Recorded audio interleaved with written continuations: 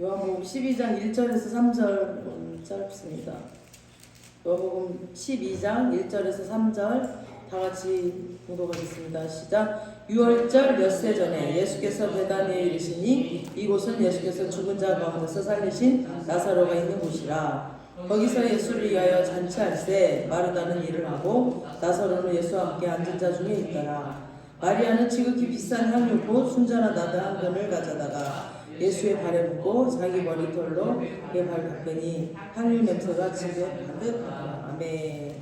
아멘. 요한복음은 표적의 책이죠. 계속 우리 표적 일어났던 걸 봤습니다. 1장에서 11장까지는 표적으로 가득 메워져 있습니다. 12장 이후로는 예수님이 이제 십자가를 향해서 걸어가는 거에 대한 설명이 있습니다. 오늘 이 사건은 표적의 마지막입니다. 그러니까 예수님의 첫 번째 표적이 뭐였죠? 가나안 땅의 혼인잔치 시작됐습니다. 근데 오늘 또 마지막 이 표적이 또 잔치로 끝이 납니다. 이것이 우리 기독교인들이 가져야 할 마지막 희망이어야 합니다. 우리의 인생은 잔치로 시작해서 잔치로 끝나야 됩니다. 예수를 믿고 따르는 과정에는 여러 가지 고통과 고난과 인내와 많은 일들이 있을지라도 마지막 결국에는 주님의 테이블 앞에, 주님의 식탁 앞에 같이 앉을 수 있는 행복한 그런 삶이 될 겁니다. 아멘. 그런 관점에서 오늘 이 잔치가 우리들에게 무엇을 뜻하는지 한번 보시겠습니다. 1절에 시작.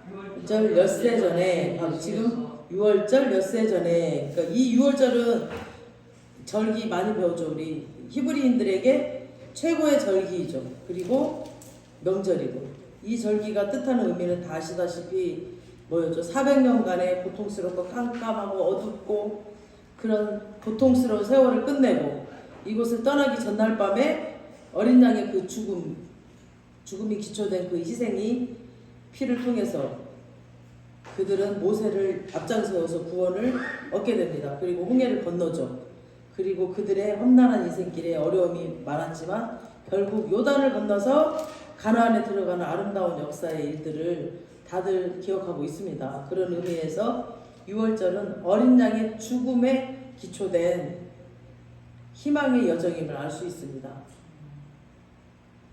여기 6월절 엿새 전, 그러니까 주님이 이 땅에 오신 목적대로 이제 그 죽음을 향해서 가까이 와 서 있습니다.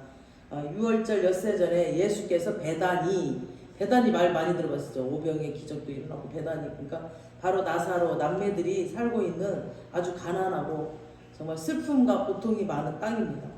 베다니라는 그런 지역이 그곳입니다. 그래서 예수님은 생전에 유난히 이곳을 많이 찾으셨죠. 배를 타고 건너가셔서 많이 찾으셨어요. 방문하시고 그 중에 제일 애정을 가지고 사랑했던 가정이 오늘 여기 본문에 기록된 나사로의 가정입니다. 그런데 이곳에 주님이 다시 오셔서 2절에 뭐라고 그랬나요? 거기서 이하여 잔치할세. 그러니까 아까 말씀드렸듯이 예수님의 첫 번째 표적은 가나안 혼인잔치로 시작해서 지금 표적이 이렇게 잔치로 끝이 납니다. 그렇게 우리는 또 계시록에 보면 어린 양 혼인잔치로 이 역사는 종료가 될 것입니다. 아멘. 그 역사는 곧 우리 앞에 다가올 것입니다. 여기 예수를 위하여 잔치할세라고 이 3남매의 첫 번째 역할이 소개되는데 먼저 보면은 예수를 위하여 잔치할세 마르다는 일을 하고, 지금 마르다 먼저 소개가 되고 있습니다. 마르다는 여전히 일을 하고 있습니다. 그러니까 잔치를 준비하느라 일을 하는데 사실 이 잔치는 누구를 위한 잔치예요? 지금 뭐라고 그랬어요? 예수를 위한 잔치예요. 그러면 이 마르다도 이 섬김과 수고와 당연 예수를 위한 섬김과 수고잖아요.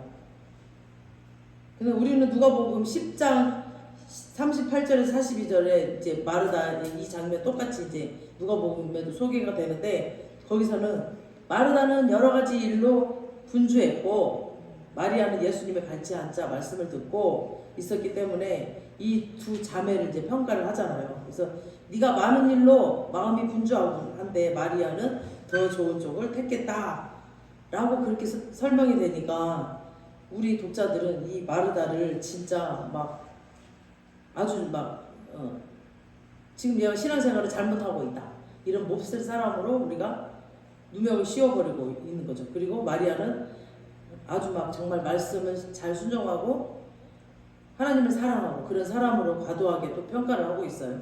근데 마르다와 마리아의 이야기는 이런 취사 선택의 문제가 아니라 우선순위의 문제입니다. 우선순위. 이걸 이제 오해해서는 정말 안 됩니다. 그 잔치에 마르다가 없으면 밥은 누가 해요?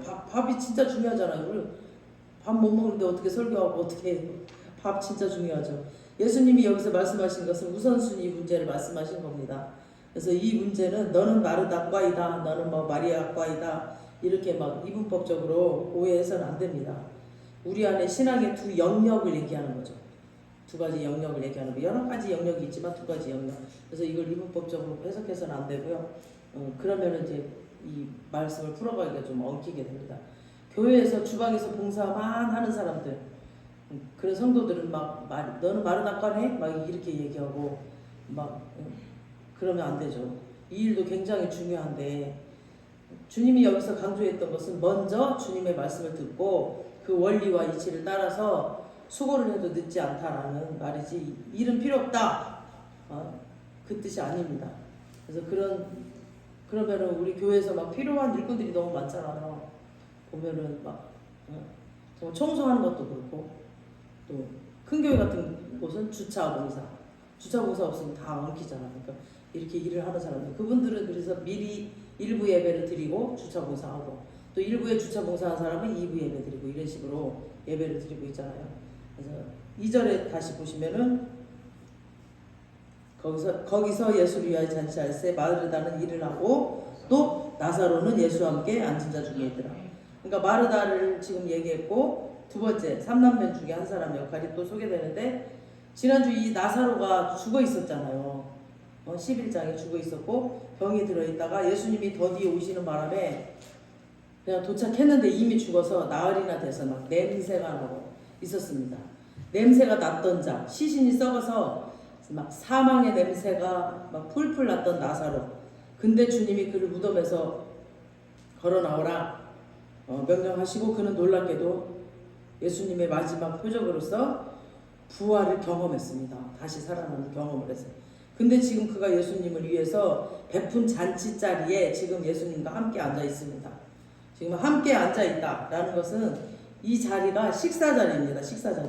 그러니까 유대인들에게 식사 자리란 이제부터 당신은 나와 친구입니다 라는 것을 뜻하는 거예요. 그리고 당신은 나의 가족입니다 라고 뜻하고. 그래서 시편 23편에 보면 왜 사망의 음침한 골짜기를 지나 아버지의 집에 도착하면 원수의 목전에서 상을 베풀신다고. 그 상이 이 바로 식탁입니다. 그 말은 다윗이 왕위에 이제 앉은 다음에 자기를 죽이려 했던 그 사울의 아들들 있잖아요. 식탁에 앉혔죠. 이제 당신들은 나와 한 가족이다 라는 뜻입니다. 그러니까 지금 나사로가 예수 그리스도의 한 가족이 되어 있는 거죠. 예수 그리스도와 이제 완전한 한 가족이 되었다는 거죠. 어제까지만 해도 죽어서 냄새가 풀풀 났던 사람이었고 사망이 왕노릇했어요. 나사로에게 사망이 왕노릇해서 막 냄새나고 힘들고 고통스러운 그런 사람이었는데, 그런데 주님께서 그 사망을 완전 끝장내시고 지금 다 사망을 부셔버리고 이제 잔치 자리에 앉으셔서 이 잔치에 함께하고 있습니다. 지금 그러니까 이 장면은 영적으로 아주 놀라운 구원의 일을 보여주고 있는 겁니다. 우리도 마찬가지죠. 우리들도 우리가 주님의 그 구원하심이 없었다면 지금도 아마 사망의 왕노릇하는 그 자리에 앉아 있었을 텐데, 그런 사람들이죠. 사망의 왕노릇했을 때 저는 항상 지금은 뭐든지 이렇게 긍정적으로 생각을 하거든요. 그리고 이 생각이 바뀌면 인생이 바뀌고 또 말이 바뀌면 인생이 바뀌고 행동이 바뀌면 인생이 바뀐다는 그거를 정말 교육을 받았기 때문에, 그리고 이 말씀이 생명이잖아요. 그래서 예전에는 항상 뭐랄까 보면은 어떻게 그렇게 되면 어떡하지? 그러니까 일어나지도 않은 일 가지고 계속 걱정하는 그런 습관이 있었거든요. 근데 그거를 제가 장사할 때만 해도 막 경찰이 오면 어떡하지? 들키면 어떡하지? 맨날 그럼 그대로 돼요. 말대로. 근데 그 다음부터 예수님을 믿은 다음부터 그때 그래서 그랬구나. 그게 딱 깨달아지더라고요. 예전에 내가 맨날 불안해하고 맨날 걱정하고 했으니까 걱정한 대로 일이 일어났었구나. 근데 이제 하나님을 믿었으니까 하나님이 나와 함께 하시니까 딱 생각을 바꾸었어요. 그래서 절대 이제 앞으로 있을 일들을 그래 하나님이 함께 하시니까 통과할 수 있어. 그리고 긍정적으로 바라보고 그냥 그래도 요번 수행 평가예요. 어떻게 해요? 너 한국말 모르잖아. 그냥 모르는 대로 써. 그냥 모르는데 어떡할 거야. 모르는 걸 알려고 그냥 막 스트레스 받지 마. 그냥 있는 대로 써. 있는 대로 아는 것만 써. 아는 것만. 스트레스 받지 말고. 그랬더니 에? 그러니까 모든 걸 그냥 안 되는 거 어떡할 거야. 이렇게 긍정적으로 바뀌는 습관이 생겼어. 근데 제가 원래 이런 줄 알아. 우리 단원들이 목사님이 성격이 좋대. 제 속에서는 부글부글해도 제가 지금도 훈련 중이라 속이 부글부글해요. 막 때로는. 근데 많이 말씀 앞에 제가 순종하려고 내려놓고 있는 거죠. 저를 죽이고 있는 거고. 죽은 자는 말이 없다 하니까 그냥 누가 찔르든 어쩌든 그냥 그래 나는 죽었어. 그 훈련을 지금도 계속 하고 있습니다. 성격이 좋아서 그런 게 아니라. 그래서 그냥 우리 단원들을 스트레스를 안 주거든요. 그냥 일이 그렇게 일어나는 것들을 어떻게 막 이렇게 고쳐라 이렇게 고쳐라 안 해. 그냥 스트레스를 안 주니까 성격이 좋다고 막 그러시더라고요. 그래서 이게 사망이 왕노릇하면은 계속 나를 힘들게 해요. 두려움을 주고 막 계속 불만이 나오고 막 그 사망이 계속 왕노릇하는 거예요. 내 안에서. 그래서 하나님의 그 부활을 경험한 자는 그걸 이겨내고 부활의 삶을 살 수가 있습니다. 그래서 하나님이 우리를 구원해 주시고 이 생명의 말씀으로 우리를 인도하셔서 우리가 지금 이 예배 자리에 생명의 자리에 주님의 초대하심으로 이렇게 앉아 있는 거잖아요. 아멘. 그런데 그 다음 세 번째 역할은 누구냐면 3절 시작. 마리아는 지극히 비싼 향유 곧 순전한 나다 한 근을 가져다가 예수의 발에 붓고 자기 머리털로 그의 발을 닦으니 향유 냄새가 집에 가득하더라. 아멘. 여기 향유 그리고 곧 순전한 나드 한 근이라고 이제 무게를 지금 표현하고 있죠. 한 근이라는 무게를 그 당시에 어느 정도 값어치인지를 여기서 지금 요한이 얘기하지는 않고 있어요. 그런데 바로 이어서 4절에 보니까 4절 시작. 제자 중 하나로서 예수를 잡아줄 가룟 유다가 말하되 지금 유다가 지금 발언을 하는데 그 발언한 이유 5절을 뭐라고 발언한 시작. 이 향유를 어찌하여 300데나리온 자에게 주지 아니하느니라. 그러니까 악인도 역할이 다 있어요. 지금 가룟 유다의 악인 얘도 역할이 다 있는데 금방 가룟 유다는 그걸 붓는 순간 계산하는 거죠. 지금 바로 계산을 하는 거예요.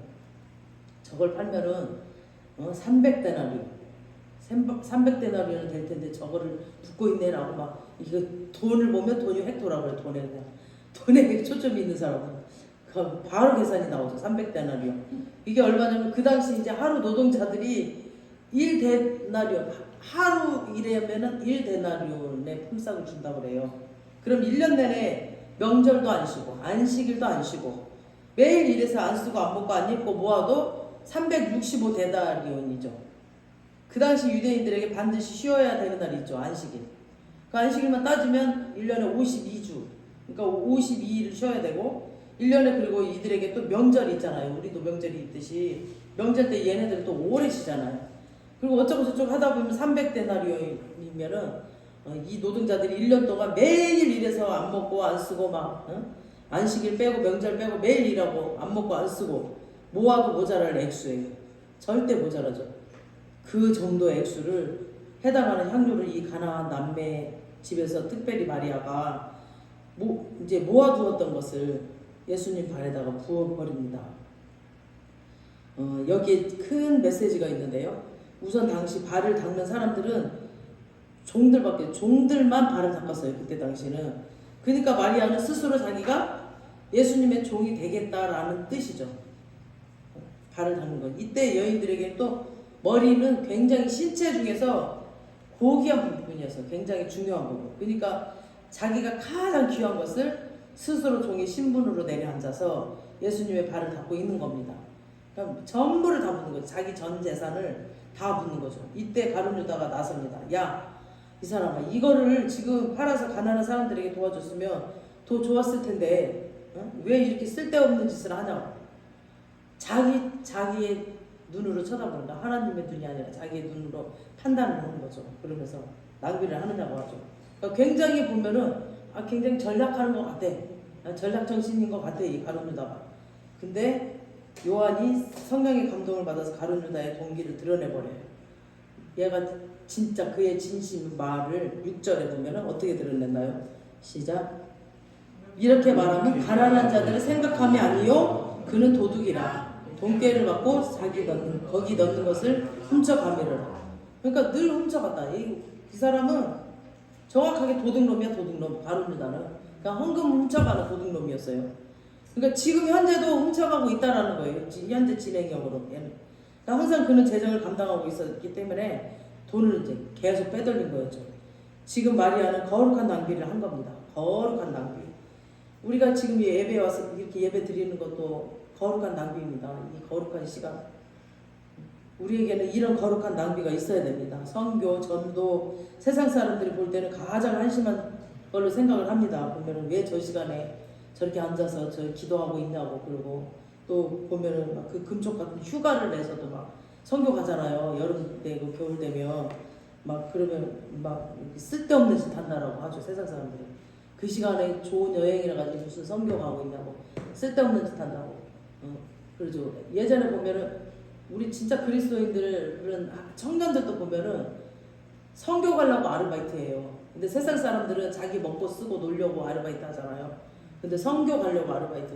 예전에 우리 아들도 선교 가려고 아르바이트 해서 막 캄보디아도 가고 그랬었거든요.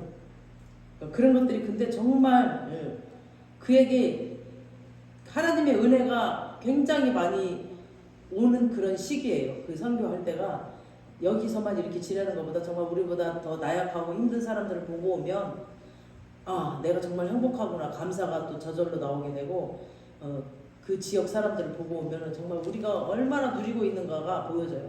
캄보디아 가보니까 정말 와 진짜 마음이 아파서 계속 일주일 내내 울고 다녔어요. 너무 마음이 아파서 막 물도 이렇게 빗물을 이렇게 받아놓고 막 벌레가 있는데 그 물을 식수로 먹고 있더라고요. 그러니까 막 우리가 항상 회충약이라든가 이런 거 준비해 가잖아요. 진통제 그런 것도 흔하지가 않아. 그래서 그 선교를 해보면 정말 그 거룩한 낭비를 해보면 정말 우리에게 굉장한 그 영적 부흥이 우리 자신에게 일어납니다. 근데 세상 사람들이 볼 때는 낭비라고 하죠. 자비랑으로 다 하고 있습니다. 그러니 다른 사람들이 볼 때 낭비하는 것이고 쓸데없는 것으로 보고 있습니다. 근데 우리의 시각으로 볼 때는 이걸 거룩한 낭비라고 하죠. 거룩한 낭비. 근데 이런 거룩한 낭비가 이제 언제 일어날까요? 절대적인 가치에 눈이 띄었을 때. 지금까지 붙들고 있던 것들이 어느 날 배설물로 여겨질 때. 어느 농부가 이제 밭을 갈러 나갔어요. 우리 마태복음 나오죠. 밭을 갈다가 보화를 발견을 해요. 그 밭에 보화가 있는 거야. 그걸 숨겨두고 돌아가서 자기 소유를 몽땅 팔아버리고 그 밭을 삽니다. 뭐 때문에요? 보화를 발견했으니까. 진주가 있으니까 보화를 발견했으니까. 그 보화 때문에 밭을 삽니다. 이 사람이 밭을 사는 건 이제 벌어먹고 사는 생계수단이잖아요. 우리가 이제 벌어먹고 사는 생계수단, 우리 삶 가운데 그의 일상생활입니다. 그러니까 일상생활을 살다가 어느 날 내 인생의 절대적 가치가 갑자기 눈에 떠지는 거죠. 이거구나. 와, 이거가 정말 내 인생의 가치였구나. 이게 진짜구나. 이게 진짜구나. 쫙 눈이 열어지는 순간 지금까지 전전긍긍하고 붙잡고 있던 모든 것들이 다 헛되게 보이고 배설물로 여겨집니다. 그래서 하나님을 딱 알고 그 예수 그리스도의 보화, 그 진짜 보화를 발견하면 정말 우리 다 그러잖아요. 우리 다 전 재산 버리고 지금 주님 따르고 있잖아요. 우리가 그런다니까요. 이 고백은 또 바울도 하잖아요. 이제 족보로 말하면 나보다도 화려한 사람 있으면 나와봐라. 또 육체적인 전력으로 얘기하면 나도 너희들 못지않다. 하지만 그리스도 안에 발견되는 순간 모든 것들이 배설물로 여겨졌다라고 바울이 고백을 합니다. 어느 날 갑자기 예수님이 그 사랑을 발견하게 되는 순간 예수님을 만난다는 건 그런 거죠. 예수님 딱 만나면 그냥 다 버리게 되죠. 저도 예수님 딱 만나고 그렇게 굉장히 저도 하루도 슈퍼 할 때도 7년 동안 하루도 문을 안 닫고 일을 했었거든요. 그렇게 일에 중심적이었는데 딱 예수님을 만나고 정말 한 달에 뭐 몇천만 원씩 버는 그걸 딱 내려놓게 되더라고요. 그러니까 그 값어치를 알았던 거죠. 예수님의 그 값어치. 나를 살릴 수 있고 나를 회복시킬 수 있는 분, 그 아픔과 고난과 고통 속에 그 사망의 그늘 안에서 맨날 죄에 끌려다니고 죄에 묶여서 힘들어했던 저를 하나님께서 딱 용서해 주시고 십자가에서 이미 죄를 다 사해 주시고 나를 살리셨다는 그 한마디, 그 복음 때문에 이 모든 것들이 배설물로 여겨져서 그냥 하루아침에 그냥 몇 천만 원 보는 거를 이거는 하나님의 방법이 아니야, 하나님이 기뻐하시는 일이 아니야 딱 느껴지는 순간 그냥 다 내려놔 버렸고, 하나님께서 또 그 정말 계약이 될 수 없는 그런 상황 가운데서 또 계약하게 하셨고 저를 인도하셨어요. 그리고 그때부터 저는 이제 굉장히 행복한 길이 열릴 줄 알았는데 그때부터 완전 고난을 해서 땅바닥과 지하 땅굴을 파가지고 땅속에다 파놓고 완전 저를 다 깨뜨린 다음에 다시 지금 조금씩 회복시키고 있습니다. 근데 저는 후회가 없어요. 그리고 그 예전에 제가 막 너무 계속 경찰이 들어오니까 제가 술 장사할 때 이제 그게 불법이었으니까 경찰이 들어오니까 그때 당시 제가 점 보러 갔거든요. 그랬더니 점쟁이가 저보고 쫄딱 망한대, 몇 년 후에. 그러더니 진짜로 세상적으로는 쫄딱 망했어요. 그래서 걔네들도 알더라고요, 하나님의 자녀임을. 그러면서 그 뒤 뭔가 눈빛을 제가 봤는데 아 뭔가 있구나 봤는데 정말 세상적으로는 쫄딱 망했지만 하나님이 저를 완전한 막 정말 생명으로, 영원한 생명으로 저를 일으키셔서 정말 지금까지 저는 후회를 하지 않고 있습니다. 예수님 만난 게 가장 행복한 일이고 예수님 때문에 모든 일을 행복의 열쇠로 열고 갈 수 있어요. 그러니까 어떤 상황이든, 그러니까 우리가 가정과 막 교회와 모든 것들이 완벽하지 않거든요. 굉장히 힘든 상황에 있을지라도 힘든 상황을 그 상황으로 반응하는 게 아니라 예수 그리스도의 행복의 열쇠로 반응을 하고 열어가니까 너무 행복해요. 그러니까 가정에서도 굉장히 남들이 봤을 때 힘들겠다 하는데 아니요, 행복해요. 그 행복을 열어가는 게 정말 예수 그리스도의 말씀으로 열어가는 삶, 이게 그리스도인의 삶이기 때문에, 그러니까 행복을 우리가 쟁취해야 되잖아요. 그리고 주님을 우리가 쟁취해야 되니까 말씀으로 하루하루 열어가는 삶이 정말 감사하고 하나님 믿어서 이 말씀으로 살 수 있다는 게 너무 행복하고, 이 부활의 신앙을 회복했던 자, 부활의 신앙을 경험한 자는 날마다의 삶이 잔치입니다. 잔치. 너무 행복합니다. 그래서 하나님께서 이 잔치를, 예수님께서 잔치를 지금 표적으로 보여주고 있습니다. 그리고 그 예수라는 절대 가치에 눈이 열어지는 순간 가슴과 가슴, 그냥 하나님의 그 가슴과 가슴이 딱 만나는 순간 나머지 모든 것들이 배설물로 여겨집니다. 그리고 아버지 마음이 읽어져서 오늘 또 제가 이사야 5장을 읽으면서 굉장히 마음이 아팠어요. 너무 마음이 아팠어요. 이제 그 극산품 포도나무를 심었는데 돌 열매를 맺었다, 이 말씀에 정말 우리를 극산품으로 여겨서 우리를 딱 택해서 이렇게 심어서 기대를 하고 정말 좋은 열매가 맺기를 기대를 했는데 돌 감람나무에 열매를 맺었다고 이 말씀을 해서, 하나님 정말 우리 각자에게 기대하고 계시는 게 있는데 이렇게 하나님을 실망시켰구나. 이 이스라엘이 지금, 이사야가 지금 이제 멸망하고 나서, 북이스라엘 멸망하고 나서 이제 선지자가 쓰여진 글이었잖아요. 읽으면서 굉장히 또 마음이 아팠습니다. 그래서 그 아버지의 그 가슴이 느껴져서 또 한참 동안 또 울다가 또 큐티하다가 또 주님과 교제하다가 또 오늘 또 하루를 지냈습니다. 이럴 때 정말 우리가 그 하나님을 만날 때, 이럴 때 그때부터 거룩한 낭비가 가능해지는 겁니다. 그걸 세상 사람들은 미쳤다고 하고 쓸데없는 짓이라고 하고 가룟 유다처럼 낭비라고 얘기를 합니다. 왜 쓸데없이 묻느냐 이러는데, 근데 이걸 우리는 거룩한 낭비라고 합니다. 우리 3절 다시 한번 읽어보겠습니다. 시작. 마리아는 지극히 비싼 향유 곧 순전한 나드 한 면을 가져다가 예수의 발에 붓고 자기의 머리털로 그의 발을 닦으니 향유 냄새가 집에 가득하더라. 아멘. 마리아의 헌신에 절정의 그 기름 부었던 향유 냄새가 온 집안에 이제 진동을 하기 시작합니다. 근데 요한복음 우리 11장 39절에 보셨죠? 바로 앞에 보세요. 11장 39절 시작. 예수께서 이르시되 돌을 옮겨 놓으라 하시니 그 죽은 자의 누이 마르다가 이르되 주여 죽은 지가 나흘이 됐음에 벌써 냄새가 나나이다. 보면은 여기는 사망의 냄새로 진동했던 곳이었죠.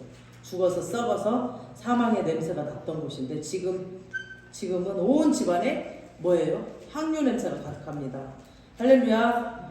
아멘. 우리 가정에도 이런 향유의 냄새가 가득하기를 축원합니다. 무엇이 이런 역사적 반전을 가져왔을까요? 복음의 능력이에요. 복음의 능력. 오직 예수 그리스도 복음의 능력. 예수의 부활의 권능입니다. 아멘. 우리도 원래 사망의 왕노릇하는 죽음의 냄새가 가득한 현장, 또 썩은 냄새가 풀풀 나는 그런 곳, 세상 경쟁 속에 매달려서 질주를 하던 그런 사람들이었습니다. 요즘 세상을 보면은 듣지도 보지도 못했던 막 사건 사고가 정말 많습니다. 와, 사람이 저럴 수가 있을까 정도로 그냥 차를 잠깐 뭐 자기 그 약간 새치기 했다고 막 방망이 들고 쫓아오는 사람이 있지를 않나. 막 너무 황당한 사건들이 너무 많아요. 완전 사망의 냄새로 진동을 합니다. 이 세상은 지금. 그리고 이 시대 가장 절박한 사망의 왕노릇하는 질병은 우울증이래요. 우울증. 이렇게 잘 먹고 잘 사는 세상이 왔는데 우울증이 있다는 게 말이 돼요. 그러니까 우리의 영이 지금 다 쇠퇴했다는 거죠. 그러니까 지금 이 시대의 우울증이란 그러니까 개인의 병으로 보면 안 될 것 같아요. 이 사회가 그렇게 만들고 있는 거예요. 사회적인 것 같아요.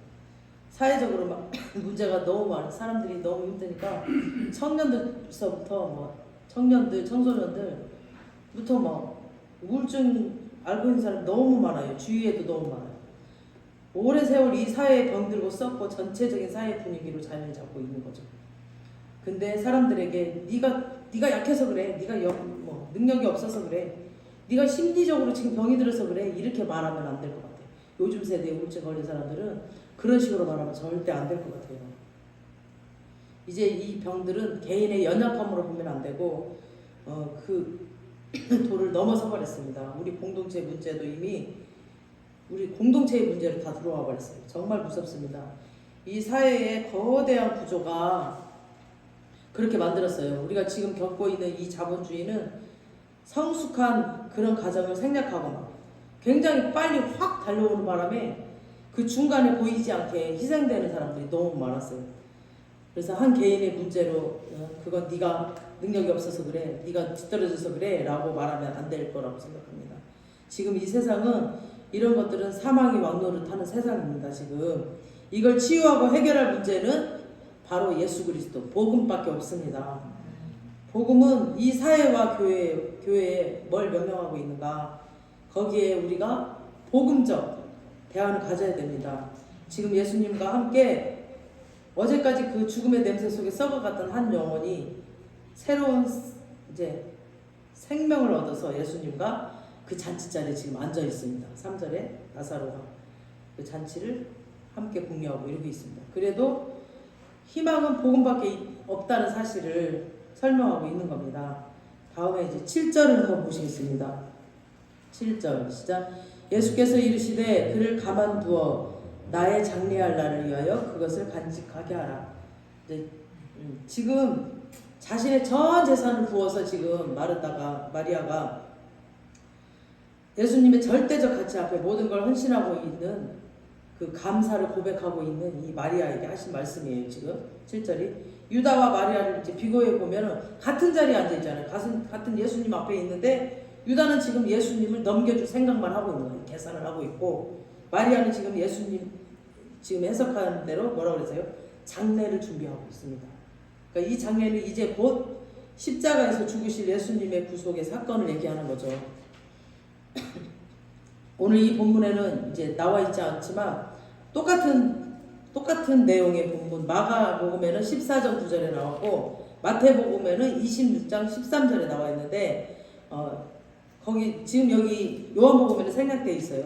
근데 여기는 생략되지 않는 본문이 뭐냐면 이 복음이 전파되는 곳에는 이 여자가 행한 일도 말하여 그를 기억하리라 라고 기록되어 있거든요. 근데 요한복음에는 이게 빠졌지만 이게 무슨 뜻일까요? 그러니까 복음 전파되는 곳마다 마리아의 얘기가 나온 적이 있었나요? 없었죠. 근데 마태, 마가는 이 이야기를 했습니다. 이것은 마리아라는 한 개인을 얘기하는 것이 아니라 마리아가 여기서 말하고 있는 십자가를 향한 준비를 얘기하는 겁니다. 십자가를 향한 준비. 그러니까 우리의 모든 삶은 안주나 서나 먹든지 마시든지 십자가를 위한 준비의 삶을 살아야 된다는 거죠. 그것이 우리가 이 시대에 부여받은 사명입니다. 우리 삶의 기초예요. 그게 먹든지 마시든지 무엇을 하든지 십자가를 위하여 걸어가는 삶. 막 십자가의 길, 주님이 가신 길 내가 가겠다 하면서 누가 좀만 건드리면 그냥 죽이려고 그래. 그게 자기 자아도 안 죽이면서 어떻게 십자가의 길을 간다 그래요. 그 십자가의 길이 그냥 저절로 가는 게 아니거든요. 그만큼의 고통이 따르고 있는데 그 자기 자아를 죽이지 않고 막 그러면서 따른다고 하는 사람들이 너무 많아요. 그러니까 십자가를 잘못 알고 있는 사람들이 너무 많아요. 그냥 십자가를 위하여 걸어가는 사람, 이 마리아처럼 모든 걸 다 부어서 전 재산을 부어서 주님께 경배하는 사람. 그러니까 주님이 이 땅에 남겨준 가난한 자들과 함께 하라는 명령. 여기서 가난한 자들은 뭐 돈이 없고 막 늘 물리적이고 궁핍하고 막 그런 사람들을 얘기하는 게 아니라 어떤 사람들 돈이 아무리 많아도 막 완전히 돈 쌓아놓고 살아도 가난한 사람들이 많아요. 별빛된 사람들이 많아. 그냥 뭐 돈이 많대. 근데 돈 쓰는 거 보면 거지같이 사는 사람 정말 많아. 박스 주워다 살고 막 집도 있고 땅도 있고 있는 사람이 막 박스 주워서 사는 사람, 가난하게 그렇게 사는 사람도 많아. 그래서 잘 사는 거하고 부자는 구별해야 됩니다. 돈이 없지만 잘 사는 사람도 있습니다. 부자인데 정말 불쌍하게 사는 사람들이 대부분인 것 같아요. 돈은 많은데 불쌍하게 살아. 어떻게 그렇게 불쌍하게 사는지. 우리 한불린가 뭔가 보니까 뭐 3억짜리 차예요 그게? 3억짜리 차인가 그거 대리운전을 하는데 세상에 대리운전비도 안 주고 그 길 잘못 들어갔다고 내려가지고 때리더니 그 사람이 전동기를 트렁크에 다 세웠어요. 그분이 이제 그 사람 대리운전 하고 나서 전동기로 이제 자기 가려고 실어서 문 열어달라고 문 여는데 지갑에서 그 대리비 주려고 딱 꺼내면서 트렁크로 이 사람이 그걸 꺼내러 가서 이게 도망가 버리더라고. 그러니까 그 한불리에 나와서 같이 이렇게 그 보는 사람들이 저 사람 차 빌렸나? 아니 3억짜리 차 가진 사람의 인격이 저 정도밖에 안 돼. 22,000원 가지고 저렇게 도망가고 저렇게 사람을 욕을 하고 잘못 갔다고 때리고 자기가 주소도 안 줬으면서 그러니까 참 불쌍하게 사는 거죠. 그게 무슨 인격이 안 되고 아무리 돈이 많아도. 그래서 잘 사는 사람, 부자한테 잘 사는 사람이라고 얘기하면 안 돼요. 그냥 부자, 그냥 돈이 많다라고 그 사람은 잘 사는 사람이 아닙니다. 그건 완전히 정말 사망의 냄새가 뿔뿔 나는 사람. 정말 잘 사는 건 예수님을 위해서 사는 것, 진짜 잘 사는 겁니다. 이 귀한 주님의 고백이 마리아의 헌신이 우리 모두의 것이 되기를 주님의 이름으로 축원합니다. 아멘.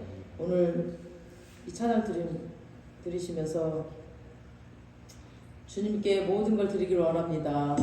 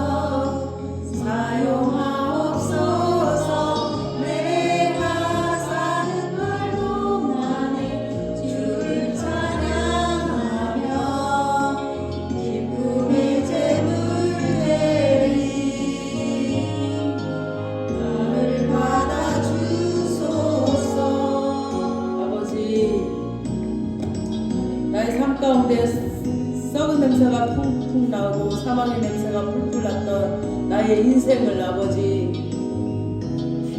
부활시켜 주셔서 아버지 주님의 부활로 들어가게 하심을 감사합니다. 아버지의 그 생명을 아버지의 그 부활의 그 가치가 얼마나 큰지를 알고 이제 아버지께 모든 걸 헌신하고 이렇게 주님 앞에 나와서 주님 삶 속에서 살고 있습니다. 아버지 이 속에서 절대 아버지 다시는 죄의 종로를 가지 않게 하시고 아버지 하나님 주님의 그 부활신앙으로 날마다 감사와 기쁨으로 주님께 헌신하면서 살 수 있도록 한 사람 한 사람 축복하여 주시옵소서. 이 시간 주님 부활의 그 생명이 부활의 예수 그리스도가 내 안에 오게 내 가정에 오게 해달라고 내 교회에 오게 해달라고 이 시간 주의 일치 하시면 기도하시겠습니다. 주여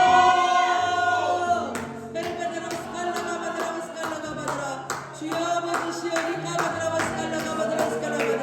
아버지 예수 그리스도의 그 부활을 아버지 발견하고 아버지 주여 약간바드라 스칼라가바드라 스칼라 모든 것을 다 팔고 아버지 주님 앞에 나올 수 있도록 주여 약간바드라 스칼라 아바야야야야 약간바드라 스칼라가바드라 스칼라 이제 내 가정에 그 향유가 넘쳐나게 하시고 내 교회에 그 향유가 넘쳐나게 하셔서 주여